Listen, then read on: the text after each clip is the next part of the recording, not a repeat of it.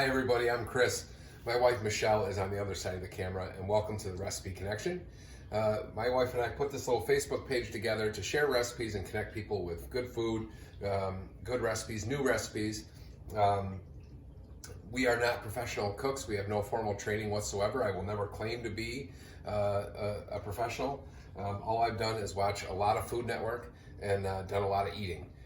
I enjoy food. So the basis of this video generally will be trying a brand new recipe that we've never tried before. So we're hoping that you guys out there will share some recipes with us, and then we'll pick one each week and cook the recipe, put it together, and then give it a try and see how we like it. And hopefully you enjoy that. But for now, we're going to start with something that we cook on a regular basis. We are going to cook up some filet mignon. So if you enjoy filet mignon and you would like a restaurant quality steak in your home, super simple. And we're going to walk you right through that. So what we have here is a couple of really nice thick fillets from our local market. And my wife likes her steak well done, and I like mine medium to medium rare. So the issue is cook times when we both like our steaks differently. So what we do for my wife's steak is butterfly cut it. So if you don't know what a butterfly cut is, we're just going to start in the middle and slice almost all the way through, and just sort of fold it open like a butterfly. And this one's a little uneven, but that's okay. And then the next step really is seasoning. And we're gonna sear these steaks in a pan on each side and then finish them in the oven. And so you wanna get a good sear and seal in the juice, seal in the flavor, but you wanna season them heavily. You're gonna lose 30 to 40% from what I understand in the searing process of your seasoning. So we're just gonna go ahead some simple seasonings. We're gonna start with a little fresh ground salt.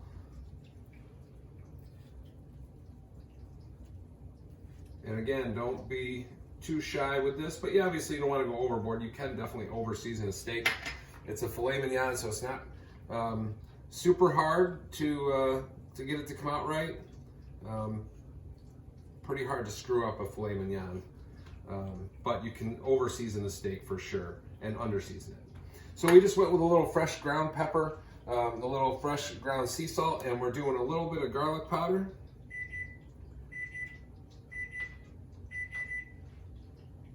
And a little bit of onion powder. And then we're gonna flip these over and do the same thing on the other side.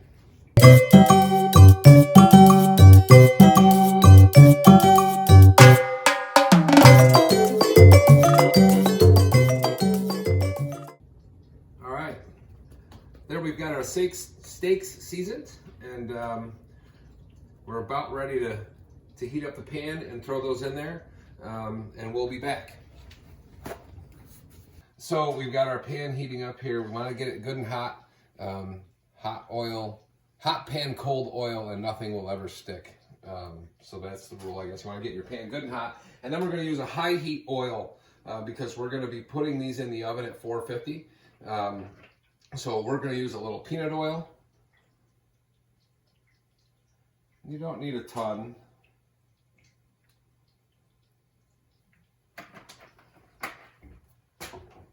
Here, let's see. We'll move that around. Not much. Not much. There's a little bit of a pool on there, but not much at all really. And then we're going to take our steak and we're going to lay it in there. Then we're not going to touch it. And we're going to let that sear for about 3 to 3.5 minutes on each side. So just to keep us on point, we'll set a timer. Okay.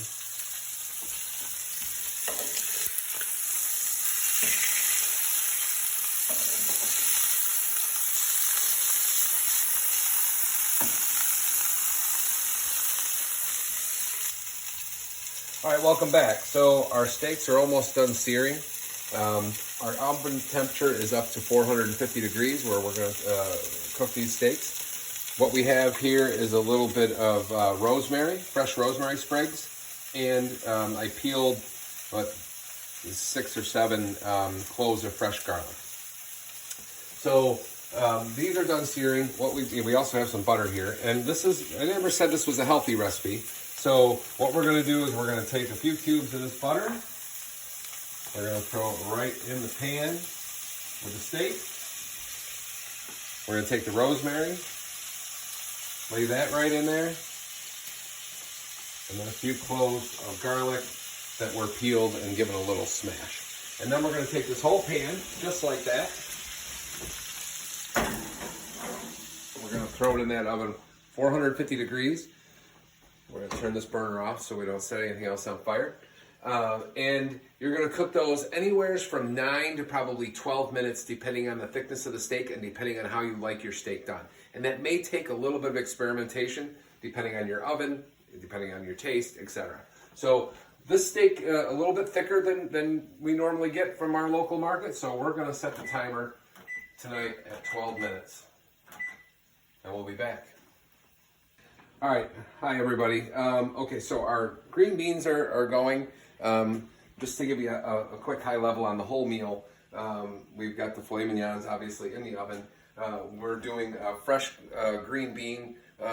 So we blanched these earlier, and you'll see a little clip in the video of us blanching the green beans.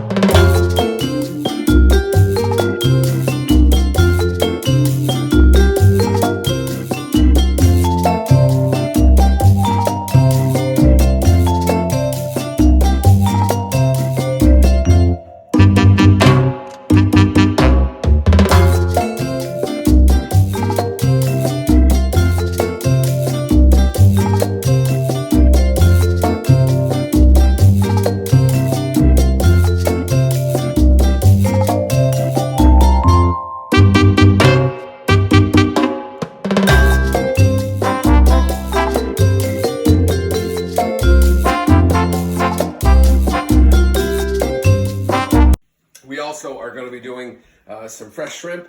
My version of like a shrimp scampi. It's really just sauteing the shrimp in a little bit of butter and fresh garlic, which I've chopped up. And then we're going to do the same thing with some baby portobello mushrooms, some pre-sliced mushrooms. And a lot of this stuff is just store-bought. You know, our potato is partially cooked. That's a frozen potato from our local grocery store, one of our favorites that starts with a big W. I won't give them a plug, but we really enjoy those. They're the perfect size for just the two of us. Right now, though, I'm going to baste the steaks real quick. This is something you should do about halfway through the cooking process. Maybe once, maybe twice.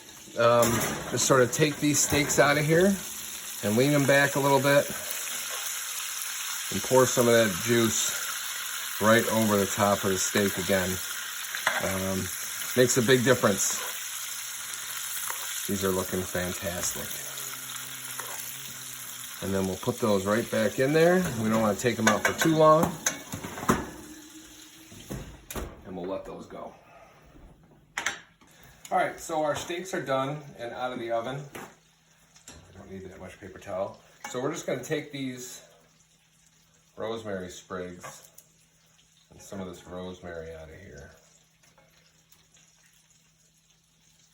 Makes it easier to get to the juices, and those are hot. And the garlic. We'll set that aside. And we're again going to baste the steaks a little bit.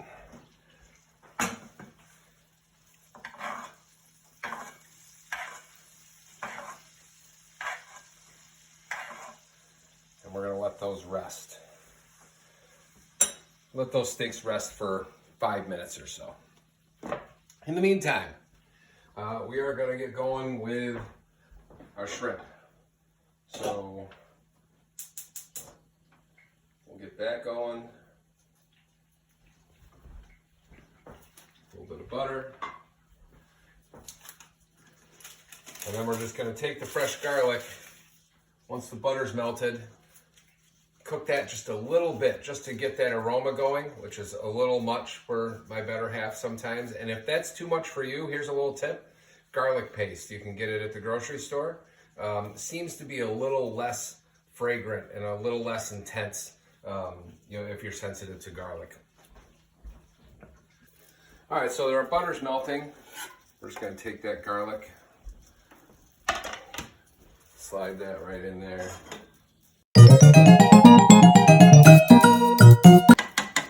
Once that garlic starts to cook just a little bit, which won't take too long, we'll put in the shrimp.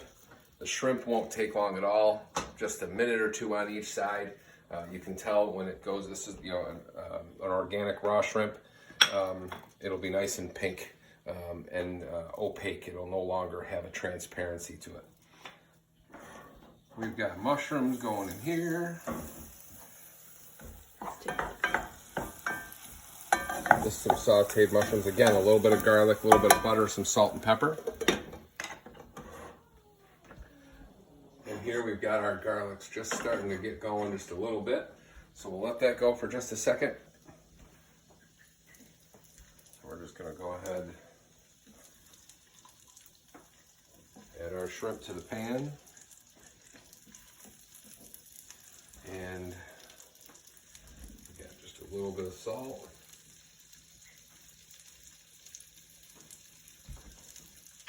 And some fresh ground black pepper.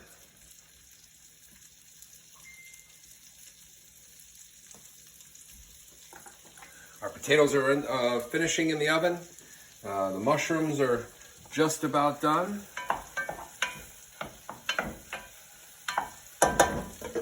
Those look delicious.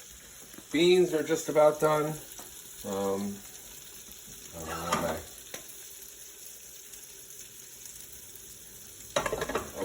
Good. And you can see the shrimp back here starting to turn pink on the other side. So that won't take long, and we'll give them a flip, and then we'll be ready to go. Yeah, look how nice those look.